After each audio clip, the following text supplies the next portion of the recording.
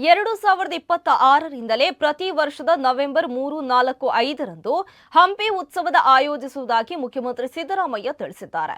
ಅವರು ವಿಜಯನಗರ ಜಿಲ್ಲೆಯಲ್ಲಿ ಹಂಪಿ ಉತ್ಸವ 2026ರನ್ನು ಉದ್ಘಾಟಿಸಿ ಮಾತನಾಡಿದ್ದಾರೆ.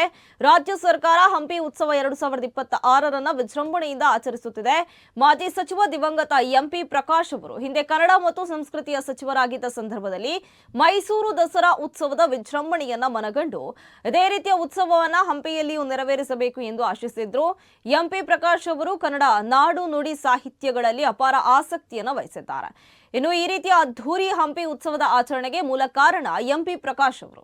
ಅವರೊಬ್ಬ ಅಪರೂಪದ ವ್ಯಕ್ತಿ ಎಂದಿದ್ದಾರೆ. ಇತಿಹಾಸ ತಿಳಿಯದವರು ಇತಿಹಾಸ ಸೃಷ್ಟಿಸಲು ಸಾಧ್ಯವಿಲ್ಲ.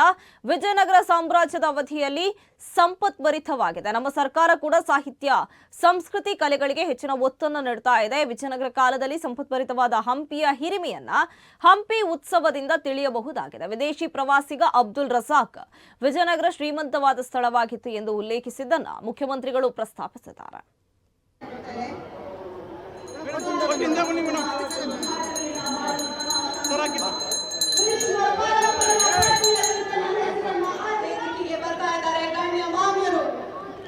ದಯವಿಟ್ಟು ಯಾರು ವಿಚಲಿತರಾಗಬಾರದು. ನಿಮ್ಮ ಸ್ಥಾನದಲ್ಲಿ ವೇದಿಕೆ ಕಡೆಗೆ ನಿಮ್ಮ ಮುಖವನ್ನು ತಿರುಗಿಸಿ.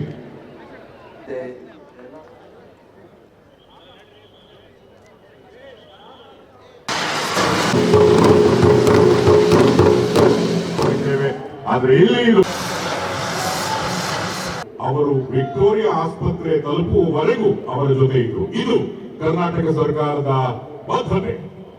ಅಷ್ಟೇ ಅಲ್ಲ, ತಮ್ಮ ಸ್ವಂತ ಖರ್ಚಿನಲ್ಲೇ ಈ ಪುಟ್ಟ ಮಕ್ಕಳಿಗೆ ಒಂದು ಸೂರು ಮಾಡಿಕೊಟ್ಟಂತಹ ಹೆಗ್ಗಳಿಕೆ ಕೂಡ ಜಿಲ್ಲಾ ಉಸ್ತುವಾರಿ ಸಚಿವರಾದಂತಹ ಬಿಜೆಡ್ ಸಮೀರ್ ಅಹಮದ್ ಖಾನ್ ಸರ್ ಅವರಿಗೆ ಸಲ್ಲಬೇಕು. ಒಂದು ಜೋರಾದ ಚಪ್ಪಾಳೆ ಬರಲಿ. ಈ ಪುಟ್ಟ ಮಕ್ಕಳ ಬಾಳು